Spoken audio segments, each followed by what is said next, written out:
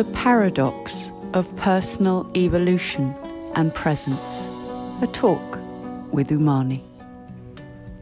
So our theme today is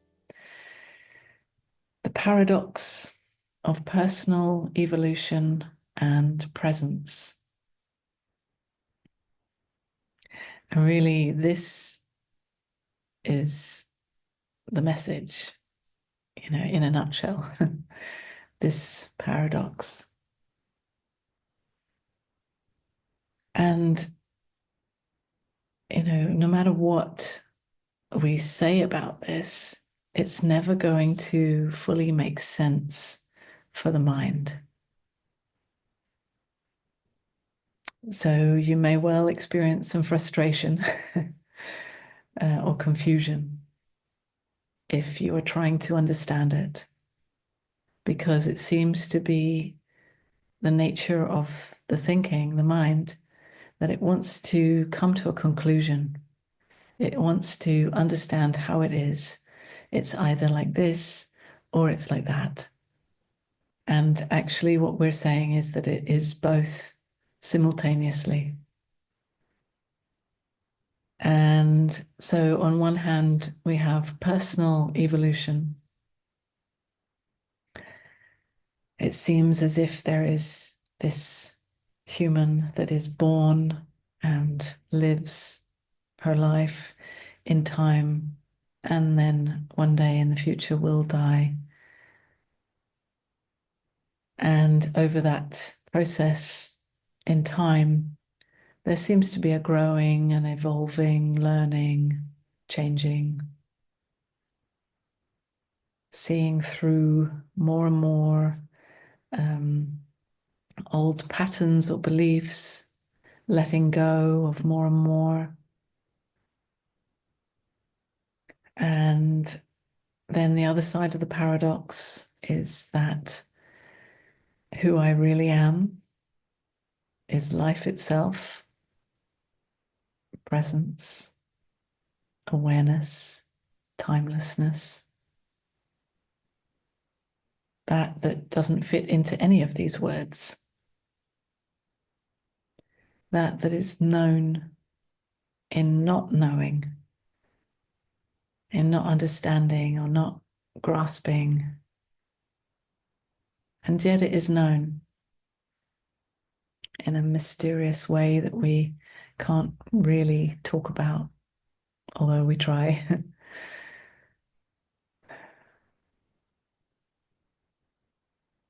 And this that we are is beyond time. It is always present. It doesn't evolve. It doesn't change. It doesn't need to evolve or grow or learn anything. It is absolutely perfect already, just the way it is. It is simply life happening. So there's no need for any change. Nothing needs to be fixed, even if it's uncomfortable or messy in some way, even if it seems to be totally unspiritual or very contracted and unaware, unclear, even if it's very painful and destructive. It is still happening presently. It is life itself, being itself, just the way it is.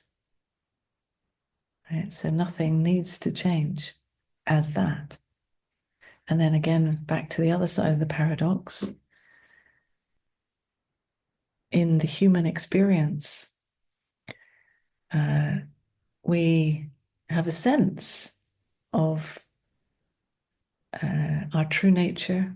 Maybe we recognize our true nature as that wholeness and absolute perfection right now. And yet we also sense where the human experience is living in believing old patterns or in a contracted state, living in suffering, And we can sense that there's something out of alignment, that we are somehow living as if we are limited beings, as if we are disconnected from our true nature as life itself.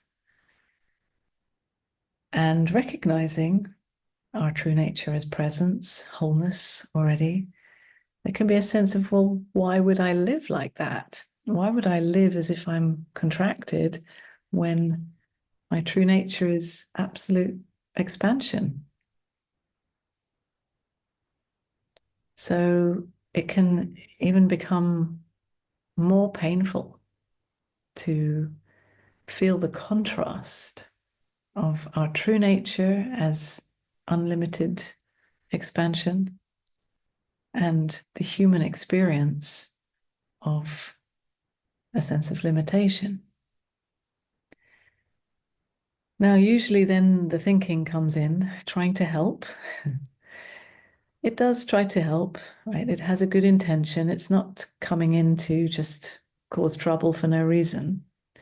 It senses, it sees, it feels, it knows that there is suffering, and it wants to help to alleviate the suffering in order to survive in a better way in the world, right? Because the thinking is a tool of this human in the world.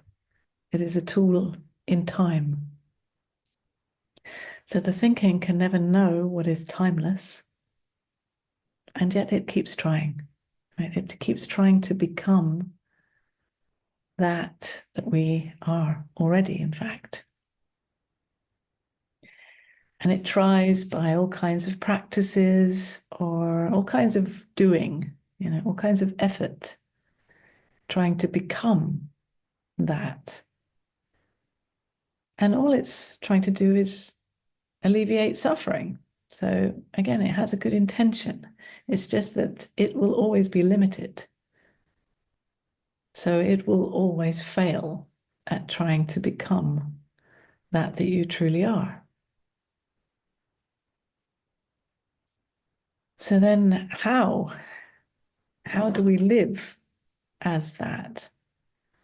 How do we continually evolve in the human experience without this trying to become and doing and efforting from the thinking? Well, the way I see it in my own personal experience, but also in more than 20 years of working with people, I see that actually when we hold this paradox, this creates so much healing and natural evolution and integration of our true nature into the lived experience in the human experience. And this happens by recognizing who we are beyond the human. Yeah, we acknowledge that I'm not limited to just this body looking out of these eyes or these thought stories that I've been telling myself. I am unlimited. I am unlocated. I'm not in here. I'm boundless. I'm free. I'm whole. I'm uncontained. Recognizing that, knowing that to be my true nature, not just intellectually, but in truly recognizing that, there seems to then be a natural love of truth that seems to integrate itself into the human experience more and more. It happens by itself, and so there's no need for effort.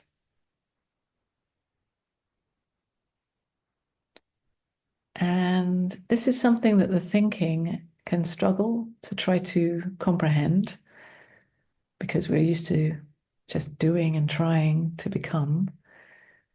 So it's more about a letting go, a leaning back into that we really are. And looking at our human experience with curiosity. And this curiosity comes from our true nature. It comes from noticing whatever is here. And from that curiosity, we fall in love with this human more and more as we discover how she or he works in a way, like the old patterns that are playing out, all the different identities that come in to have their say or tell their stories, all the sensations and the emotions that are felt, all the different waves of energy that come and go. We get to know this human. We take care of this human. We embrace this human just the way he or she is.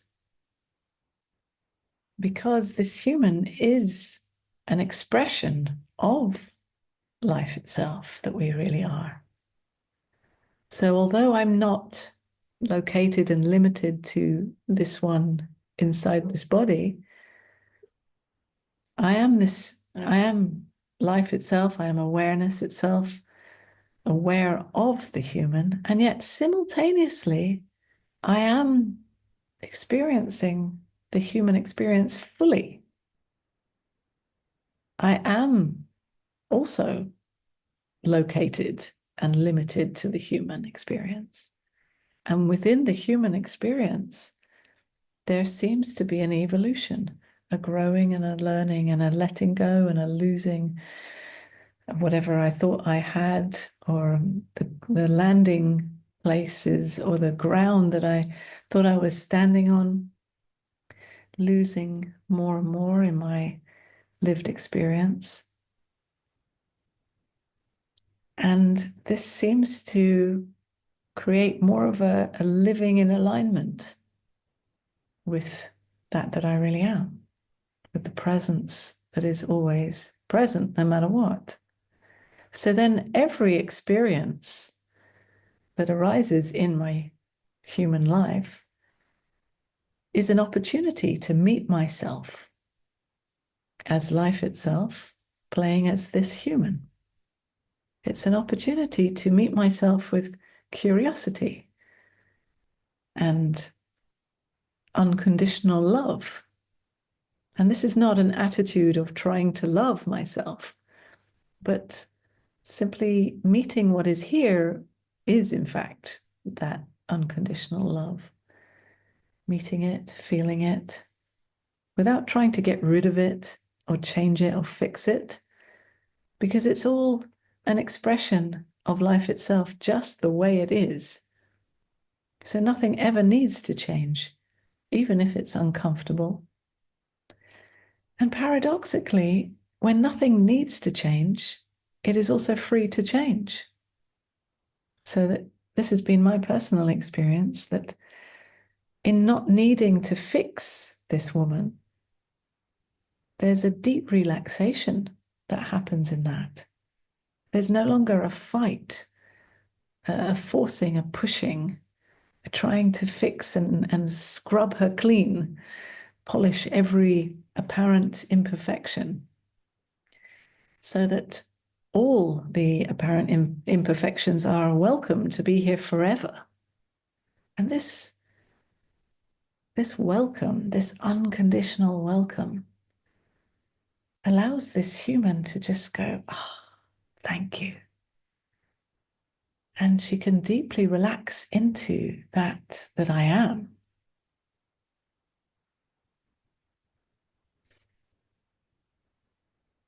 And that deep relaxation starts the unraveling process of all her protection mechanisms and survival mechanisms and all the whole play of separation that she might have believed in starts to loosen, because the play of separation is there because we're trying to survive, trying to be someone in the world. But if we see that who I am is life itself playing as this human, then there's no need to force and try and keep myself separate. I'm simply an expression, as are you, as is this computer, as is everything, right? Without exception. It is all an expression of who I am. Time, evolution, growing, learning